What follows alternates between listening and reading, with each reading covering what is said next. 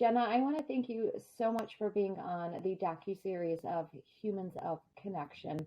I'm just going to jump right into it, and I would just love for you to share a personal or professional story that highlights the importance of human connection in your life. Thank you so much for having me, Famia. I would love to share a story of human connection. So the first story that came to mind. So the first story that came to mind was when I started my first business in 2013. I had been in management before, but I'd never built a business from the ground up. And a large aspect of this new business was operating out of a massive market in the Midwest. And you would have thought it to be extremely competitive. But instead, it began with colleagues helping me out, competitors helping me out, giving me advice, tips, materials, tools. It was incredible. It started out with that connection with other vendors, other competitors, which I was so surprised in, that collaboration. And then each customer that would come by, I would connect with them, sometimes hear about their morning, their day, or their story. And the business was just growing and growing and growing. And it was growing like one handshake at a time. And I didn't need some elaborate marketing plan to launch the business. And more, I was just seeing that all I needed was to connect with people who supported me, wanted to see me succeed, people that I served.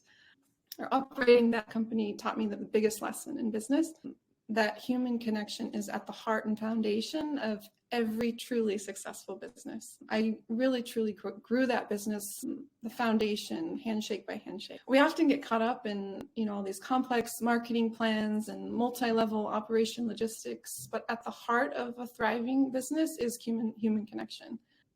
And a business might grow and expand, and it might not have that same level of daily individual connection that was at that beginning, but the human connection still remains at its core, at the heart of it, the foundation of its policies, of its messaging, of its products. And if you skip this foundation of human connection, you don't have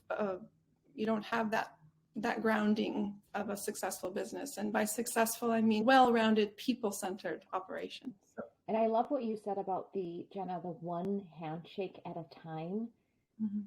Because when we really look at the foundation of building relationships, it does start with trust.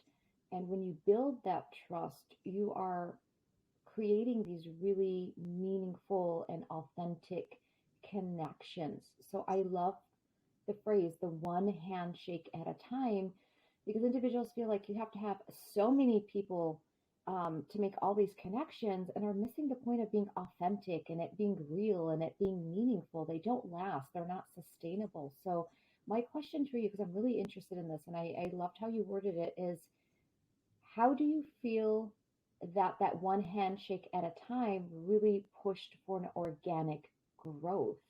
Like, how did you feel about how the way it just played out? Do you feel like and then you talked about the people-centered approach. How does that come about, or what does that look like to you? Yeah, well, when you're on the ground meeting each customer, at that beginning, those beginning stages are so crucial for the foundation of the business.